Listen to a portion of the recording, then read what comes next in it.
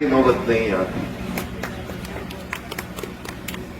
भजनलाल जी, जिला काट आपने दिया, आपकी कलम में आज ताकत है, लेकिन नीम का धना जिला कटा हुआ नहीं रहेगा। ये मैं आज इस मंच के साथ, इस मंच से आपको बता रहा हूं कि नीम का धना जिला नहीं हटेगा।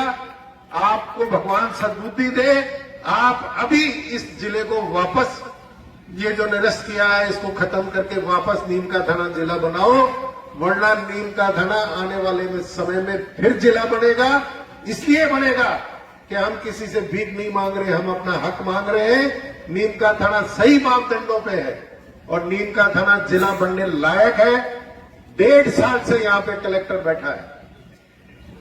आपको जिला अगर खारिज करना था तो पहले दिन जिला खारिज कर देते। 1 साल तक आपने क्यों खर्चा किया इनकी तनख्वाह का और का? जब आपको नहीं रखना था तो पहले दिन सत्ता में आते ही आप इसको हटा देते। आज आप 1 साल बाद इस तरह का निर्णय कर रहे हो। दोनों चुनाव चले गए, एमपी का चुनाव चला गया, इसका इंतजार कर रहे थे आप कि भाई ये चुनाव जो है निकल जाए, इसके बाद फैसले करें। पूरी तरह से आप लोग राजनीतिक द्वेषता से काम कर रहे हो और ये चलने वाला नहीं है। जनता समझदार है। आप अपने मन में कितने भी होशियार हो गए, आप कितने भी समझदार हो गए, लेकिन जनता आपसे ज्यादा होशियार है। मैं आप सब लोगों से निवेदन करता हूं कि सब लोग संघर्ष समिति का साथ दें, अनुशासित रूप में इस आंदोलन को बहुत तेजी पकड़ावे। जब भी आप लोगों का आह्वान किया जाए, आप लोग अपना समय दें और आप लोग पधारें। केएल साहब और संघर्ष समिति के सभी लोग बैठ के आगे की रणनीति तैयार कर रहे हैं, किस तरह हमको ज्ञापन देना है। मुख्यमंत्री जी को ज्ञापन देंगे, राज्यपाल महोदय को ज्ञापन देंगे, यहाँ पे अगर जरूरत पड़ी तो यहाँ पे भी ज्ञापन देंगे। उनसे समय लेके मिलेंगे और उनसे फिर निवेदन करेंगे और कि आप समझदारी से काम करें और इस नीम का धना जिले को वापस बहाल करें। आप सब लोगों से पुनः आप सबका बहुत बहुत धन्यवाद और एक अपील के अनुशासित रूप में काम करें। जहां तक कुछ भाइयों ने दुकानों को बंद करने की बात की है, कल हमने बात की थी, लेकिन समस्या ये आई कि सब्जी मंडी के व्यापारियों ने ये कहा कि हमारे पास किसानों का माल आ गया है, अगर हम इसको सुबह नहीं बेचेंगे तो ये खराब हो जाएगा। और उसी वक्त उन्होंने सहमति दोनों व्यापार मंडलों ने ये दी थी। भाई मदन जी यहाँ पे मौजूद है, आड़तिया भाई बाबूलाल जी भी उसमें शरीक थे और सब लोगों ने सहर्ष, किसी तरह का दबाव नहीं था उनपे, और सहर्ष उन्होंने घोषणा की थी कि हम अनिश्चितकालीन रूप से जब तक संघर्ष समिति नहीं कहेगी तब तक मंडी को और सब्जी मंडी को और सभी मंडियों को बंद रखेंगे। फिर हम उनसे आग्रह करेंगे कि जनता का जो मानस है, जो जनता का जो वो है, सब लोगों का ये आग्रह है, तो उस आग्रह को हम फिर से करके उनको फिर से पहले बंद कराने की बात करेंगे। और आप सब लोगों से निवेदन है कि आंदोलन को शांति प्रिय रखें, जब तक जरूरत नहीं पड़े इसको शांति प्रिय रखें। और अगर आवश्यकता पड़ेगी, अगर कोई और किसी तरह की, जैसा कि भाई लोग कह रहे हैं कि हाईवे को जाम करने की आवश्यकता है, वो भी अब नौबत आएगी और संघर्ष समिति तय करेगी। मीणा साहब से भी हम बात कर रहे हैं, हाई कोर्ट में भी जाने की बात कर रहे हैं कि कानून का सहारा लें। उनसे भी, हाई कोर्ट से भी ये निवेदन करें कि इस पे स्थगन प्रस्ताव, किसी तरह का स्टे हमें मिल जाए कि ये जो इस पर रोक लगे। हाई कोर्ट अगर इस तरह की रोक लगा सकता है तो वो भी वकील से बात कर रहे हैं और जैसा भी होगा आप सब लोगों के सामने आएगा और हम लोग पूरा प्रयास करेंगे। मैं व्यक्तिशः इस मामले में मैंने पहले भी पूरा खुला दिमाग रखा है। विधानसभा में भी मैंने बार बार आवाज उठाई थी।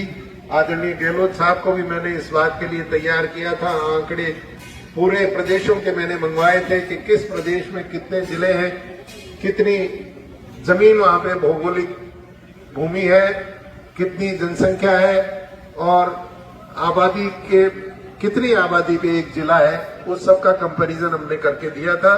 और तभी उनका मानस बना था कि वाकई राजस्थान में और नए जिले बनाने की आवश्यकता है और उन्होंने नए जिले बनाए। हो सकता है प्रायोगिक तौर पे उन्होंने 1-2 जिले छोटे जिले बना दिए, तो पहले भी छोटे जिले बनेंगे। प्रतापगढ़ बीजेपी के राज में बना हुआ है, जिसमें पूरी तो विधानसभा भी पूरी शामिल नहीं है। तो पहले भी इस तरह की बनी हुई है। नीम का थाना में तो 4 विधानसभा शामिल है और सबका जो सबकी आवाज थी, सबसे राय करके और इसके बाद में इसका फैसला आदरणीय राम लुगाया जी ने किया था। तो किसी तरह की इसमें कोई कमी उन्होंने नहीं रखी थी। सबकी सुविधा के हिसाब से इस जिले को बनाया गया था। तो अतः इसे जो काटा गया है, निरस्त किया गया है, इसकी हम लोग भर्त्सना करते हैं, कड़े शब्दों में निंदा करते हैं और उनसे आग्रह करते हैं कि जनता की आवाज को सुने और नीम का थाना जिले को वापस बहाल करें। आप सब लोग पधारे, यहाँ पे इतना समय दिया, आप सबका बहुत बहुत धन्यवाद। धरने हुए, प्रदर्शन हुए, यहाँ तक कि विधानसभा घेराव हुए है। भाई ओम प्रकाश साई की कहानी तो आप सबको मालूम है। उन्होंने अपना जीवन जिले के लिए त्याग दिया। 21 दिन तक राजस्थान की विधानसभा के सामने उन्होंने प्रदर्शन किया था, भूख हड़ताल की थी। तो ये कहानी कोई एक दिन की, एक साल की नहीं है, 700 साल पुरानी कहानी है। और आज जो नीम का थाना की जनता को पीड़ा जो हो रही है, दर्द हो रहा है, तकलीफ हो रही है, ये समझी जा सकती है। आपकी भावनाएं जो है यहाँ देखने को मिल रही है, सुनने को मिल रही है, ये बहुत ही वाजिब है और ये बहुत ही ऐसी कहानी है, ऐसा अफसोस की बात है, दुख की बात है। 1 साल पहले, 1.5 साल पहले जब नीम का थाना जिला घोषित हुआ था, कितनी खुशियां हमने मनाई थी, कितना संतोष हमें हुआ था। और ये बात बार बार संघर्ष था।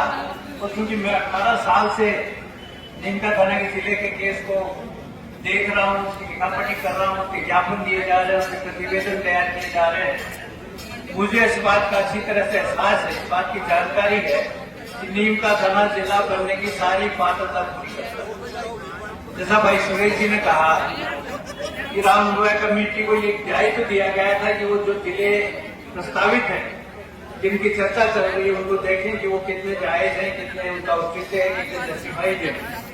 उस कमेटी ने देखा और हमने भी 3-4 बार उस कमेटी के सामने प्रेजेंटेशन भी दिया, पर्सनली भी दिया, मिले और सारी बात उनको समझाई। बहुत बड़ा जो शुरू में हमारा रिप्रेजेंटेशन था वो 300 पेज का रिप्रेजेंटेशन था, बहुत बड़ी फाइल थी।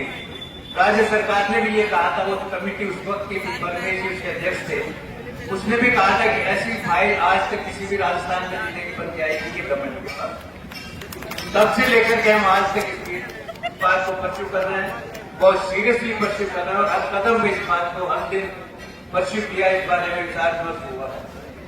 और मैं ये बात दावे के साथ कह सकता हूं कि नीम का थाना आज भी जिला बनने की जितनी पात्रता है, जितनी एलिजिबिलिटी है, जितनी शर्तें हैं, वो सारी शर्तें नीम का थाना पूरी करे। ये गवर्नमेंट ऐसा एक भी आज तक हमें नहीं मिला जो जिला बनाने के कार्यक्रम से जिसका कोई संबंध हो किसी तरह का, और उसने ये कहा हो कि नीम का थाना में जिला बनाने के मामले में किसी भी तरह की कोई पात्रता नहीं करनी।